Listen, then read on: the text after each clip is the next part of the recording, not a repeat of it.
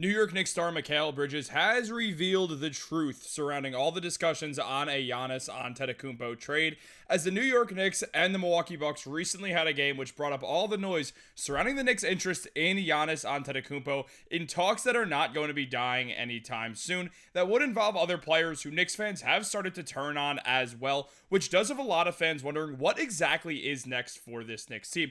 At the end of the day, we know that Giannis Antetokounmpo is open to being traded in the future, and the question is, with everything going the way it has been recently, are they seriously going to be looking at these Giannis trades continuing on into the future? And on top of that, there is a lot more to discuss as well regarding Mikal Bridges, regarding the trade talks, and also other players who the Knicks now want to see trade. Before we get into all that, guys, if you're part of that 56% that's not subscribed to Knicks Digest, make sure to go ahead and subscribe so you don't miss a single New York Knicks update all season long. We have videos coming out every single day all season. You don't want to miss out on all of it. But guys, let's jump right into it. There is a lot to go over on this situation because, as we know, Giannis Antetokounmpo recently, or not even recently, has been being linked to the Knicks for years at this point. However, things came to its peak recently when the Knicks ultimately did be revealed to be the one team that seriously made an offer for Giannis over this offseason, when really the rumors started to swirl that Giannis was not thrilled with the Bucks situation,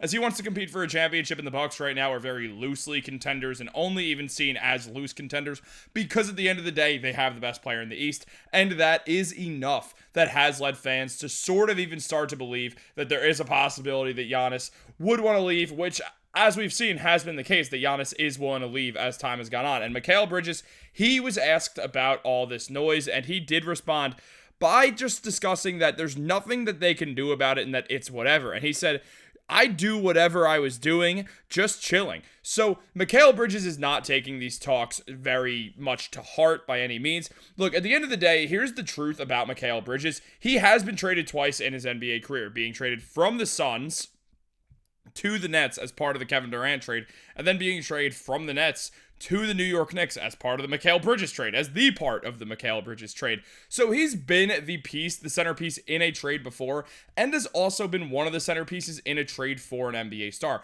This man understands how the trade situation works. Even if a team likes you, they're trying to win a championship, and they will get rid of you no matter what with absolutely no problem. We've seen that Leon Rose does not have any qualms about trading people who seem pretty much like they're not at all going to get traded off the Knicks. We saw that with Donte DiVincenzo. The Knicks thought Karl-Anthony Towns benefited their team more, saw that Julius Randle wanted enough money to turn the Knicks away from him, and also ultimately decided that they would trade DiVincenzo, even though they were really trying to trade Mitchell Robinson instead of Devo, who Mitch is the longest tenured Knick and has made it very clear he doesn't want to go anywhere. Meanwhile, Donte DiVincenzo enjoyed the best year of his career before getting sent to Minnesota in a deal where we did see him start to regress a little bit after that. So there is a lot to think about with this situation, and also just considering Giannis's point of view on it as well really has an impact on stuff. I mean, Giannis throughout this season thus far is putting up 36 points, 16 rebounds, 7 assists, 1 block, a steal, shooting 68% from the field and 66% from three. Giannis is that good too. This is just what this man does. He's one of the best players in the NBA. Any given year he can win MVP. And on top of that, Mikal Bridges is having an excellent season with the Knicks. Prior to the Knicks game against the Milwaukee Bucks last night, Mikal was putting up 16 points per game, 5 rebounds, and 4 assists, getting a block per game, getting nearly 2 steals per game, looking like the player who the Knicks ultimately wanted to trade for. Obviously, their shooting numbers are going to go down a bit, but he's starting the year shooting 50% from 3 and 75% on the corner 3. This is the Mikal Bridges that we always wanted to find. This is the Mikal Bridges that the Knicks always wanted, and now we're seeing a real situation with that Mikal Bridges. On top of that, we just look at all the talk surrounding other guys who would be involved in the trades. And Josh Hart, before this game against the Bucks, put up 4 points per game, 9.5 rebounds, and 4 assists in the 2 games that he had appeared, and only shooting 23% from 3 as well. Meanwhile, Karl-Anthony Towns has also been a different name who's been involved, shooting 39% from 3, 20 points per game, 14 rebounds per game, and 2 assists per game with a block in the first 3 games of the season as well, before his worst game as a New York Knick that he put up against the Milwaukee Bucks, which definitely threw people for a very, very big loop there.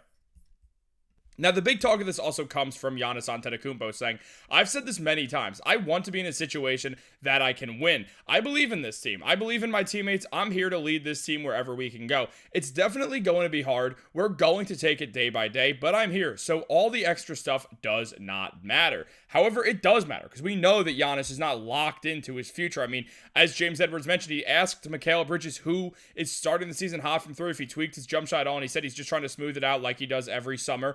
and be more disciplined with his mechanics. It's all the same stuff. And we know the Bucks also went out of their way to sign Alex Antetokounmpo to a two-way deal just so they could really pair him up with Giannis and Thanasis. Octagon's Alex Starsis tells ESPN, who's the agent of all the brothers. Now, this also marks the first time in NBA history that three brothers are active on the same team. So that is, again, because of the fact the Bucks are doing anything in their power to keep Giannis happy. But there is a lot of catches to this stuff. I mean, look, we're seeing all this stuff around Giannis constantly. It's nothing new. I mean, FanDuel's run it back. It mentioned Giannis wouldn't make the Knicks contenders. He would do the opposite. As Sam Amick said, New York wants to see Karl-Anthony Towns, Jalen Brunson, and the rest of their core accomplish under Mike Brown before blowing up their roster. But that all could be changed based on how the Bucks and the Knicks start the season. And the Knicks, if they see Karl-Anthony Towns struggle, very much could be willing to trade him. And also, someone who is struggling to start the season and recently talked on it is Josh Hart. At the end of the day, Josh has not had a good start to the season, and fans are quickly turning on Hart, really talking about how he's playing badly. He also had a terrible game against the Milwaukee Bucks. Fans on Reddit were saying he might as well have been wearing a Bucks jersey along with Karl-Anthony Towns tonight, and frankly, he didn't play well. He hasn't been playing well for a while now, and because of that, there is just a thought that, all right, maybe Josh Hart's best days are behind him. Maybe he was a Tibbs merchant, maybe this, maybe that, maybe the other thing. There has been a lot of talk about Josh Hart and his future with the Knicks. Is he going to fit in Mike Brown's team? He's a 6'4", really guard, forward, wing, can really play whatever position from the 2 to the 4, and frankly, it's hard to find his natural position. He's struggling to shoot the ball, and Josh Hart even talked about that. As we know, Josh Hart does have a finger injury going into this season that he got an operation on, but he re-injured it and would likely need another operation to fix it. However, he said he's not going to do that, and that has led to a lot of talk surrounding what Josh is going to do. But Josh had a different situation, saying, I think most of my shots have been short.